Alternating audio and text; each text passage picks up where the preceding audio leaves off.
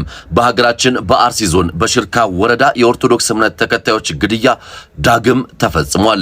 ተንደኑ በንጹሃንን ማለት ያስፈራል እንዴ? ፖለቲካ ነው እንዴ? እስቲ ንገሩኝ። አካውንቴ አደጋ ላይ ነው። ይህንን ቪዲዮ ሼር ያላደረገልኝ ሰው ሁለተኛ ይህን ቪዲዮ እንዳይከታተል። በማንኛውም ቤተ እምነት ላይ ያለን ሰዎች ቤተ እምነታችንን ህዝባችን ሲነካብን ደስ አይልም። አባቶች ለምንድነው ዝም የምትሉት? ለምንድነው ድምጽ የማትሆኑት? እግዚአብሔር መልሶ የወንድም ደም በእኔ ላይ ይጮሃል አለው። ለሁሉም ነገር እግዚአብሔር ልቦናችንን ይመልስን።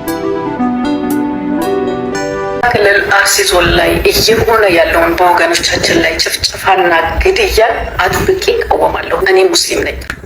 ከገዳዮች ጎን መቆም ቤተክርስቲያን ተቀርባለች። ወንፋልካሽ ትባላለህ።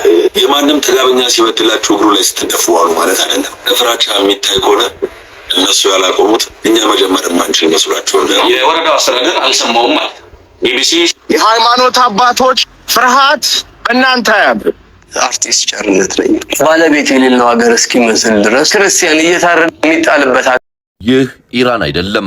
ይህ እስራኤል ቴልአቪቭም አይደለም። በሀገራችን በአርሲ ዞን በሽርካ ወረዳ የኦርቶዶክስ እምነት ተከታዮች ግድያ ዳግም ተፈጽሟል። በእምነታቸው ብቻ የንጹሃን ደም ፈሷል። ብዙሃኑ ከቤት ንብረታቸው ተፈናቅለዋል። ሕፃናት፣ ወጣት፣ አዛውንቱ የኦርቶዶክስ እምነት ተከታይ በመሆናቸው ብቻ እየተሳደዱ እየተገደሉም ይገኛሉ። እውነት ይህ ለሀገራችን ደረስንበት ላልነው ደረጃ ላለንበትም ዘመን የማይመጥን በመሆኑ የሚመለከተው አካል አስቸኳይ እርምጃ እንዲወስድ እንጠይቃለን። ሀገር ማለት ወጥ ቀለም አይደለችም። ቀዩም፣ ጥቁሩም፣ ክርስቲያን፣ ሙስሊሙም እንዲሁም ሌላው ተቻችሎ ተከባብሮ የሚኖርበት ነው እንጂ።